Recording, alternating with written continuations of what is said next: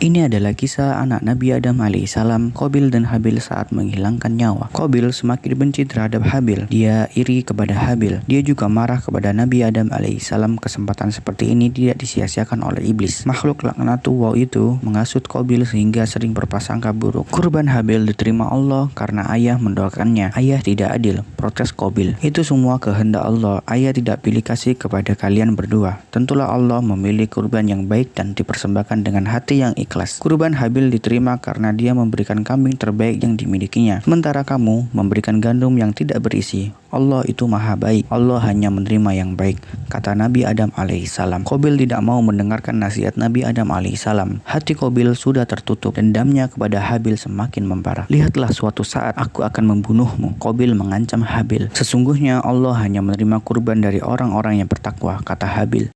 Diam, kau telah merebut segalanya dariku. Kau merebut saudariku, kau mendapatkan ridho dari Allah, kau juga disayangi ayah dan ibu. Aku benci padamu, kata Qabil. Mendapat ancaman dari Qabil, Habil sama sekali tidak melawan. Jika dua orang muslim saling bertengkar dan saling membunuh, keduanya akan masuk ke dalam neraka. Oleh karena itulah Habil tidak mau melawan Qabil. Dia berusaha menasihati Qabil sambil berserah diri kepada Allah Subhanahu wa taala. Saudaraku, jangan teruskan niatmu. Jangan berbuat durhaka. Kalau kau membunuhku, kau akan masuk neraka. Itu adalah balasan bagi orang-orang yang zalim, kata Habil masih berusaha untuk mengingatkan Qabil. Namun Qabil tidak mau mendengar. Jangan menggurui-ku, bentak Qabil dengan marah. Lihat saja, aku akan membunuhmu, kata Qabil. Kata Habil, aku tidak akan membalas perlakuanmu kepadaku karena aku takut kepada Allah Subhanahu wa taala. Mendengar perkataan Habil, Qabil semakin marah dan iri. Dia menjadi sering termenung. Kesempatan itu tidak disia-siakan oleh iblis. Tidak henti-hentinya iblis membisikkan kata-kata jahat ke dalam diri Qabil. Bunuh saja Habil, dia telah merebut Iklimah darimu, kata iblis. Setiap hari iblis membisiki Qabil dengan segera membunuh Habil. Qabil pun termakan bujuk rayu iblis. Rencana untuk menghabisi Habil disusunnya. Suatu ketika Nabi Adam alaihissalam tidak ada di rumah. Qabil segera melaksanakan niat jahatnya. Qabil mengambil batu besar. Qabil menghampiri Habil.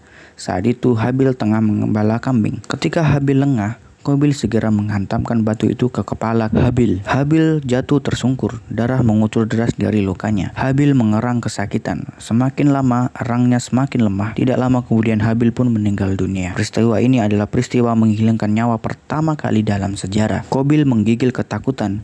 Digoyangkannya tubuh adiknya yang sudah tidak bernyawa itu. Habil tidak bergerak. Qabil semakin bingung. Dia menoleh ke sana kemari. Dia takut jika ada yang melihat peristiwa itu. Apa yang harus dilakukan Qabil terhadap jasad adiknya? Jika ayahnya tahu, beliau akan murka. Apa yang hendak dia katakan kepada Nabi Adam alaihissalam? Fakta menarik tentang pembunuhan. Dosa pembunuhan. Rasulullah SAW telah bersabda dalam hadis Bukhari dan Muslim, tidaklah dibunuh suatu jiwa dengan zalim, melainkan dosa pembunuhan itu akan ditanggung pula oleh anak Adam yang pertama, yaitu Qabil, karena dialah yang pertama memberi contoh pembunuhan.